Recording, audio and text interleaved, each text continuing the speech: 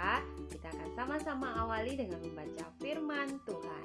Firman Tuhan hari ini ada di dalam Kisah Para Rasul pasal yang ke-6 ayat yang pertama sampai dengan ayat yang ke-15. Tapi kita akan sama-sama baca satu ayat, yaitu di dalam Kisah Para Rasul pasal yang ke-6 ayat yang ke-8. Dan Stefanus yang penuh dengan karunia dan kuasa mengadakan mukjizat-mukjizat dan tanda-tanda di antara orang banyak. Siapakah anak-anak Stefanus ini? Dia adalah seorang yang penuh iman dan juga penuh dengan Roh Kudus, yang dipilih untuk melayani pekerjaan Tuhan, yaitu melayani orang-orang miskin.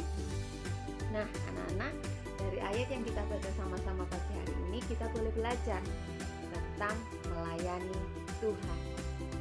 Kadang kita dipilih untuk melayani Tuhan, entah disuruh nyanyi di gereja, entah disuruh pimpin gerakan waktu ibadah Aikis, entah disuruh baca firman waktu Om Tante membacakan sedang menyampaikan cerita firman Tuhan.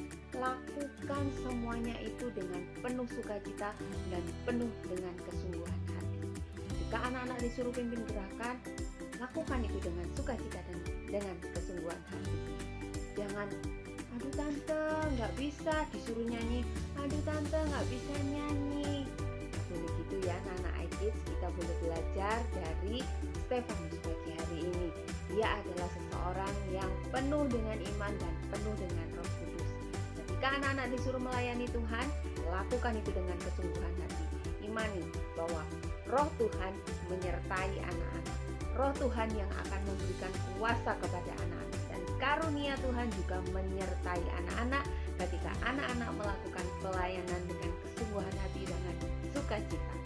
Nah, anak-anak, oleh sebab itu, mulai sekarang, yuk kita belajar sama-sama melayani Tuhan dengan penuh kesungguhan hati, dengan penuh sukacita, apapun yang Tuhan percayakan dalam pelayanan itu untuk kehidupan kita.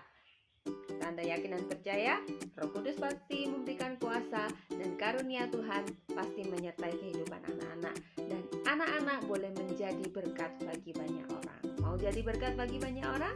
Yuk sama-sama belajar melayani Tuhan.